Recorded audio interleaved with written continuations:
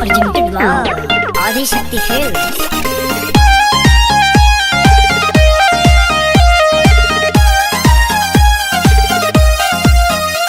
तार best figure छेदता जिगर कोना माटी से गढ़ल तहार दहिया प्यारा मुखड़ा गोरी चांद के टुकड़ा गोरी तो से लागल बाटे हमार नहिया। अरे गर्मी में चाभे वाला ठंडा में दागे वाला कोल्ड स्टोर के बर्फ लागलू कि आलू चॉप लागलू हो बड़ा टॉप लागलू आलू चॉप लागलू हो बड़ा टॉप लागलू ए बेटू निर्मलिया मुजर सरफ लागलू बड़ा टॉप लागलू हो आलू चॉप लागलू। ओ सच्ची मेला बाबू मेला जान हम किरनी हमर परान मेला बच्चा कितना करोगे गुणगान। Thank you so much. क्या मैं सच में लगती हूँ तुम्हें आलू चॉप? मैं झूठ नहीं बोलता।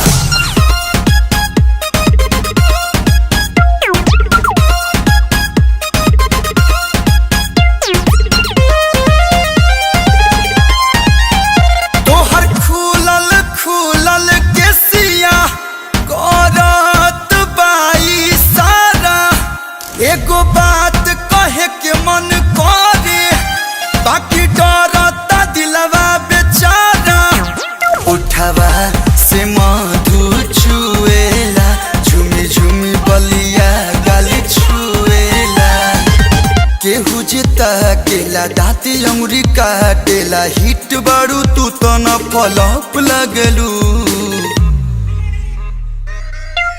कि आलू चॉप लागलू हो बड़ा टॉप लागलू आलू चॉप लागलू हो बड़ा टॉप लागलू ए बेबी निर्मलिया मुजर सरफ लागलू बड़ा टॉप लागलू हो आलू चॉप लागलू। वॉशिंग पाउडर निरमा दूध सी सफेदी बेबी तू कितना स्वीट है मौसम भी कर रहा ट्वीट है आलू चॉप वाले गाने में करना हमको डुएट है। Thank you. जान बड़ी अच्छे हो तुम दिल के बड़ी सच्चे हो तुम एक बात तुम्हें बता दूं दिमाग से अभी कच्चे हो तुम। सच्ची का बुझला सब बुझाता।